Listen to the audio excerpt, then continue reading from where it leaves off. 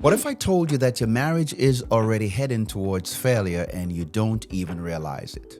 Not because you don't love your spouse, not because you don't want it to work, but because you are following the wrong blueprint. You know, my friend, if your marriage is going to work for the rest of this year and beyond the right way, not the kind of marriage that is built on emotions and feelings, and not on social media trend. And if you don't change course, your marriage may not survive. You know, my friend, let me be real with you. Let me be real.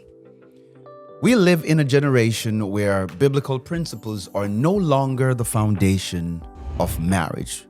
Matter of fact, foundation for life. Most churches don't preach the biblical truth anymore.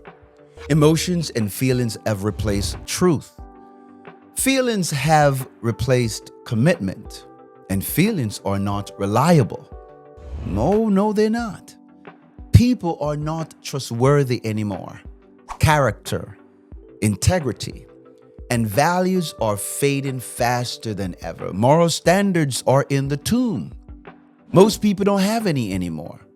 Everyone wants to follow the trend instead of the truth.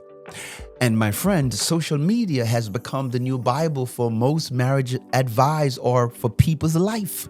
Yes, AI, artificial intelligence. Remember, the word artificial in AI, it's not real. It may act real. It may pull sources and resources from other sources. But at the end of the day, it all can be very dangerous. And so I want to talk to you about some of the things or a few points that I want to bring out to you that I really believe it is critical to the next phase of your life and your marriage. And point number one, the wrong foundation. Here's the truth, my friend. If your marriage is built on feelings, it will collapse. If it's built on emotion, it will crumble. But if it's built on the word of God, it will last. The Bible says in Matthew chapter 7 and verse 24 and 25, everyone who hears these words and put them into practice is like a wise man who built his house on the rock. When the storm comes, and yes, they will come, the house stands firm. The same is true for your marriage, my friend. You want a marriage that can withstand the test of time? Build it on God. Point number two, society blueprint versus God's blueprint. Society tells you, do what makes you happy. Oh yes, follow your heart. If it doesn't serve you, leave, quit, give up, get another one. Isn't that what they say? That's not love.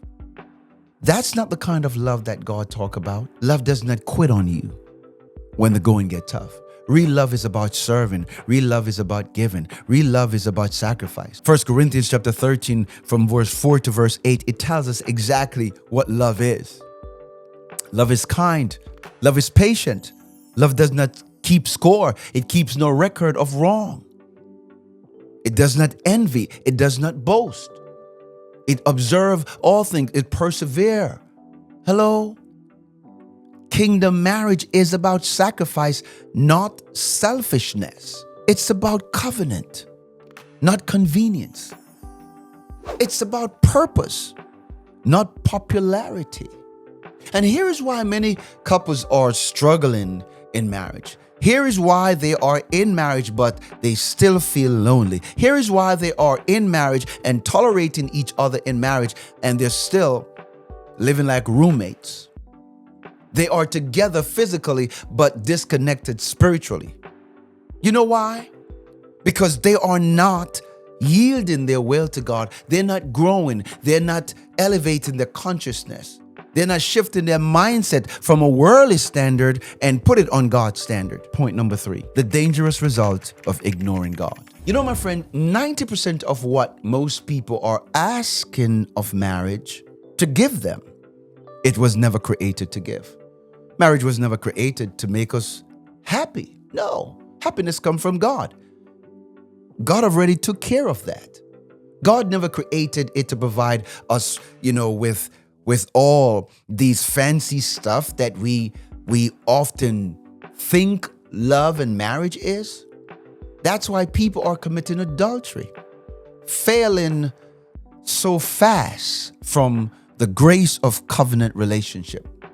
They're falling into adultery and fornication, engaging into extramarital affairs and virtual affairs, and seeking emotional connection outside of their covenant relationship. Why? Because they are disconnected from the source. Yes, the source, which is God. Your spouse can't give you what only God can. Marriage can't carry what only God can sustain. You know, my friend, let me be transparent with you right now.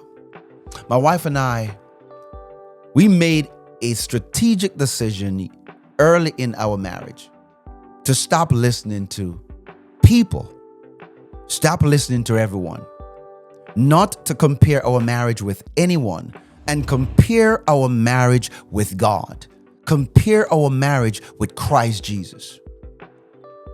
We started to listen to God. We choose to build our marriage on His blueprint. Oh yes, He do have a blueprint for marriage. Not man's idea or opinion, but God's plan and purpose for a kingdom marriage. We decided that our happiness would not come from each other. No, my happiness doesn't come from my wife. It comes from God. Because the joy of the Lord is my strength. Our peace doesn't come from each other. It comes from God. And the peace of God that passes all understanding will guard our heart and mind in Christ Jesus. This peace I give unto you, not as the world giveth. This is Jesus speaking. We work on ourselves. We build ourselves up. We work on our personal growth and our personal development. We make that a daily routine, a daily decision.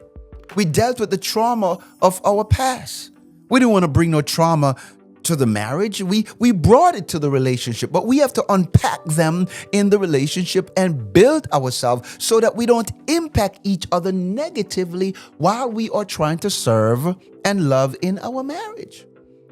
We stop deflecting and blaming the other person and take responsibility. Oh, the blame game is so rich in some of y'all marriage. Oh, y'all blame each other for everything. Nobody take responsibility anymore. It's you. Matter of fact, they blame the devil. The devil make me do it. I've heard people say it. The devil don't make you do anything. He will tempt you, but you decide to do it. And we have yield everything to God. We decided, man, that we're going to surrender it to God. And that's where the transformation begins. That's where our hope and our faith start to increase because we know who the source of love is, and that is God. So I want you to hear me clearly. If you want a marriage that's going to last for the rest of this year and beyond, you must stop copying the world. They don't have a blueprint for marriage. I mean, look around you. Look and see what's happening to marriage. They don't have a blueprint. You must start following God's word. Like He said in Joshua chapter 1 and verse 8, that this book, this law, don't let it depart out of your mouth. But you must establish to do exactly what is written in it. And if you do it, God said to Joshua, you will make your way great and you will have good success. God's way is still the right way, my friends. Kingdom principles still work. But here's this. They only work when you apply them. They only work when you show up and do the work. This isn't about perfection. No, it's about alignment. Alignment with God.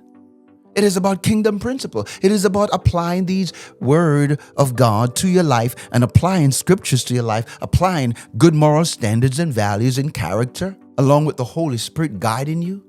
It's about putting God back where He belongs, putting Him back in the place that He belongs, at the center of your marriage. I hope this is helping you. And you know, my friend, if this message is speaking to you, If your marriage feels stuck, it feels dry, it feels distant, I want to personally invite you to our Marriage Makeover Coaching program. In this program, we teach the 5 biblical principles we have lived and practiced for over 28 of our 31 years of marriage. These are not trendy hacks. No, these are God-designed principles that have sustained our marriage through the storms, through the valleys, and now through victories. If it worked for us, it can work and will work for you. Whether you are newlywed or you've been married for decades, maybe you just need to repolish and retune and reset your marriage. This will help you. Click the link in the description, click the link in the show note, and let's get started today. You know, my friend, as I land this plane, marriage is not meant to be built on sand. It's meant to be built on the solid rock, which is Christ Jesus.